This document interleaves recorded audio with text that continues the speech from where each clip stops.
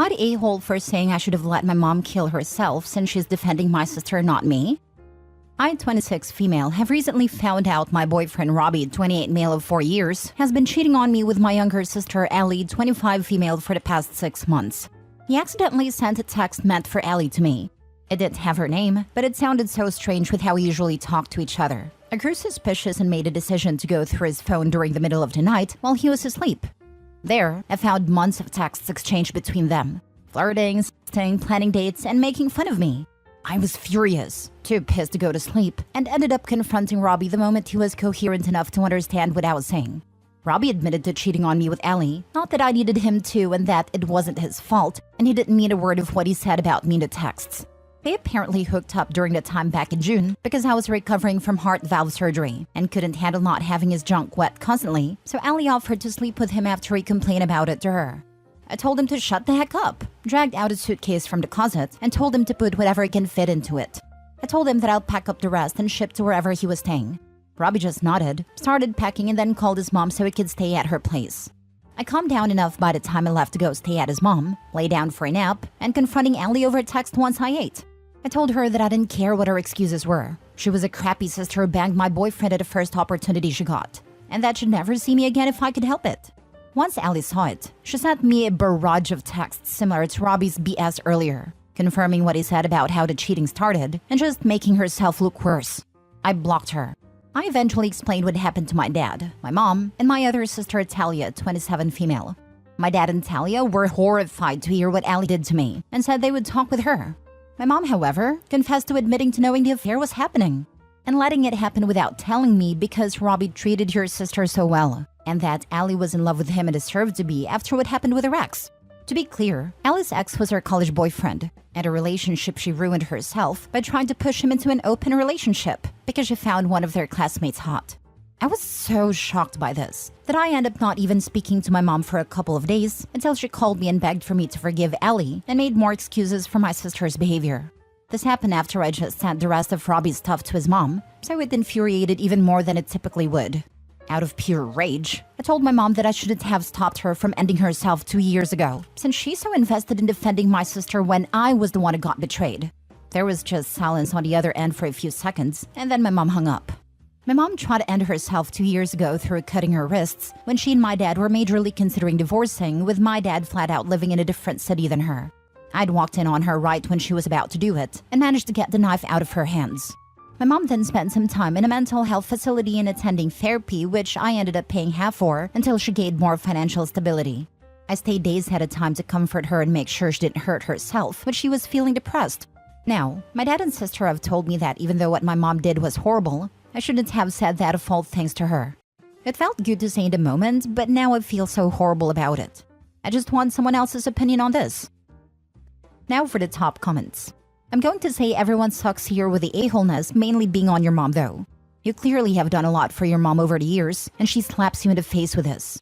However, those words can't truly be taken back. And I think that maybe depending on why your mom and dad were about to get divorced, could be skewing her perspective and Allie's betrayal of you. Hugs, and also try to relax. I know you've had 6 months to recover, but you had heart surgery regardless. Their near divorce was caused by my mom's reckless spending and gambling, which he had dipped into their retirement fund for. That was my dad's final straw that made him temporarily move out until he reconciled with my mom.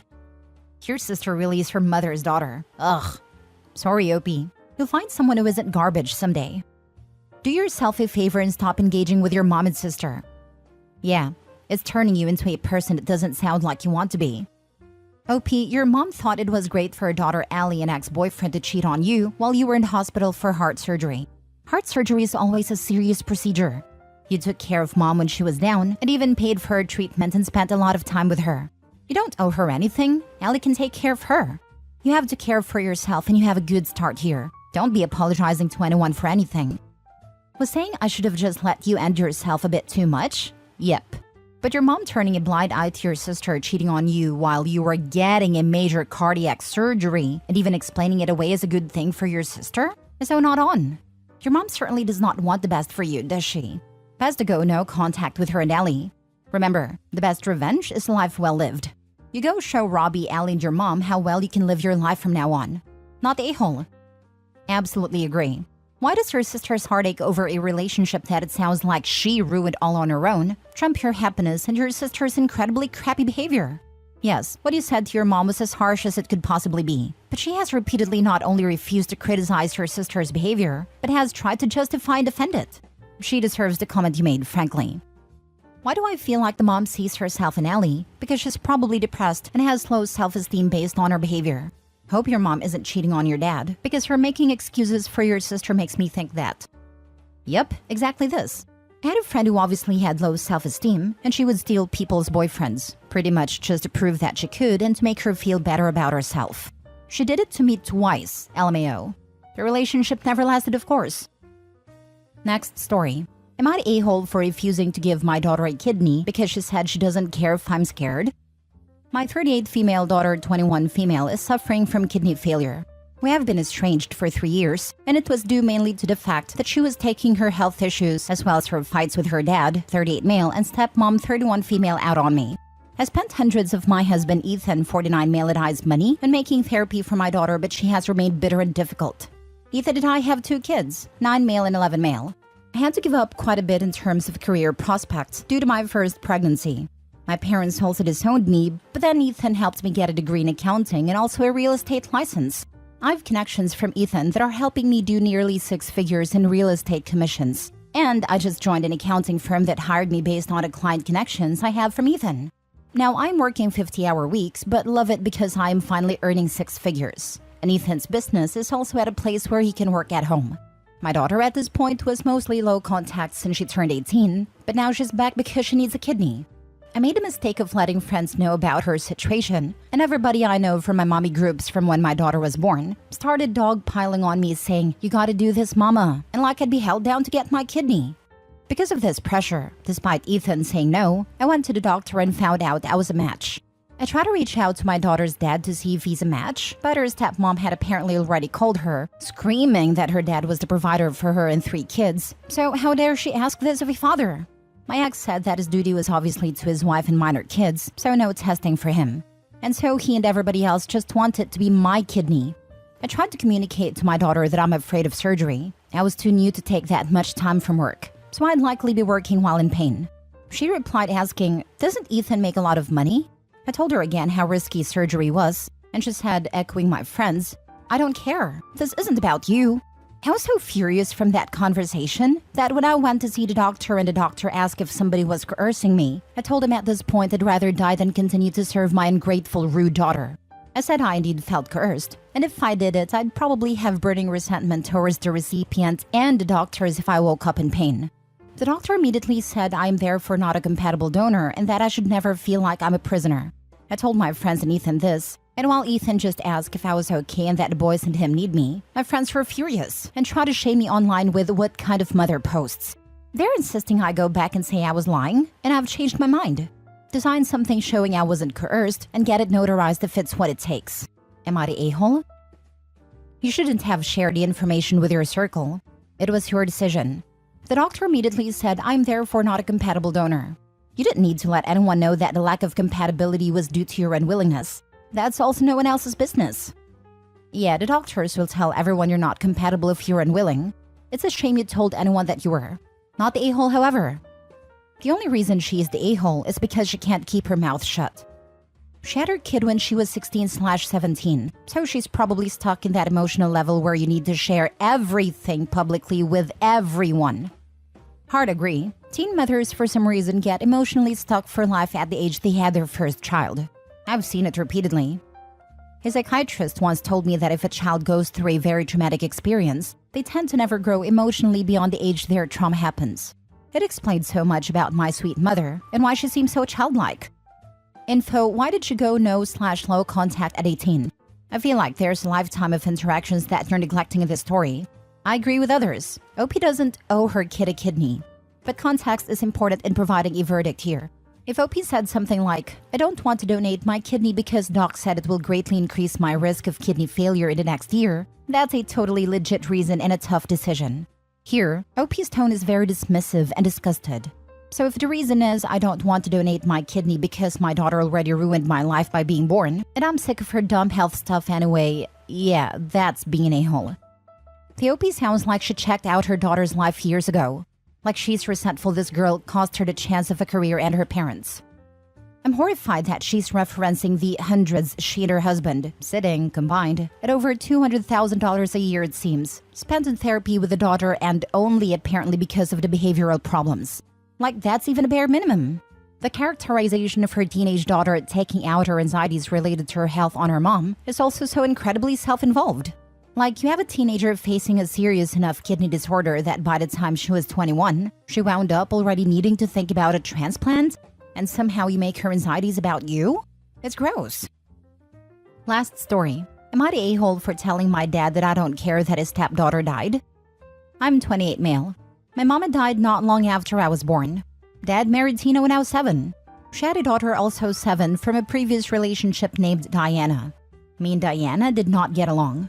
Diana was spoiled, and to adult me, it was obvious she resented not being the only child anymore. She took it out on me. She would break my toys and steal my stuff and lie to get me in trouble. I would complain to Dad and Tina, but they told me to get over it. If I did the same, I would get punished. It only got worse as we got older. I felt abandoned by my dad. I often felt lonely in my house. So I guess you guys can see who the golden child was. At 16, Diana spread a nasty rumor about me in school and I almost got expelled. Diana got caught lying and got suspended. Of course, Dad and Tina blamed me for this. That was the last straw for me. I rang my cousin Shyla from my mom's side and told her what's been happening. She came over to my house angry at Tina and Dad and gave them a piece of her mind. Dad said if it bothered her so much, then she was welcome to have me. That was a blow to my heart to hear my own dad say that to me. So me and Shyla went to pack my stuff. Diana's room was open and she was sitting on her bed smirking at me. We got my stuff and we left. I haven't looked back since. Over the years, Dad or even Diana tried to contact me but I would block all attempts. Now, a week ago, Shyla visited me. She told me that she got a message from Dad, for me. I was surprised she even mentioned Dad since she knew how I felt about him. She told me that Diana was in a fatal accident and didn't make it. She said he was wanting to talk to me. Shyla handed me his number and said it's up to me. I did ring him, out of curiosity more than anything. He didn't even recognize my voice. But when I told him it was me, he broke down crying and most of the time I couldn't make sense of what he was saying. When he calmed down, he said my sister died and it's time to come back home and make things right with each other. I asked, what sister? I have no sister. He started crying and saying, don't do this. She doesn't deserve this.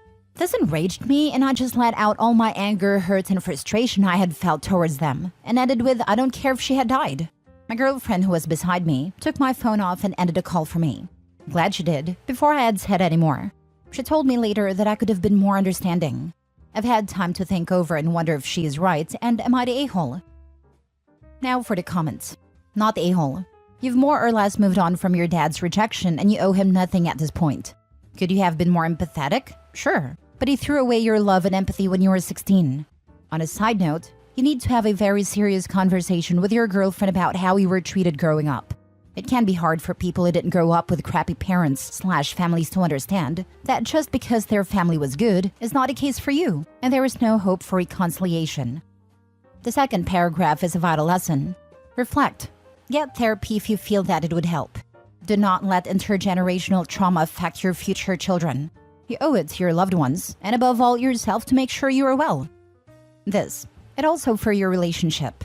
It's vital that your girlfriend understands, so she won't set something up behind your back for reconciliation between you and your dad. I've read many stories on here with people, often women, who do this, and it breaks people up. I agree.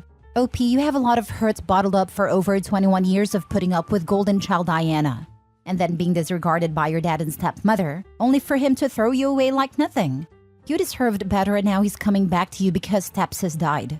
Please get some therapy and allow your girlfriend to attend if you are comfortable doing so, because she would understand you better in a controlled, safe environment like therapy. Not the a-hole.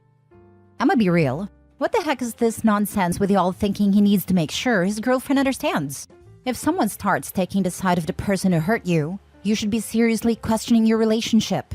His girlfriend cares more about the feelings of a complete stranger than she does her boyfriend.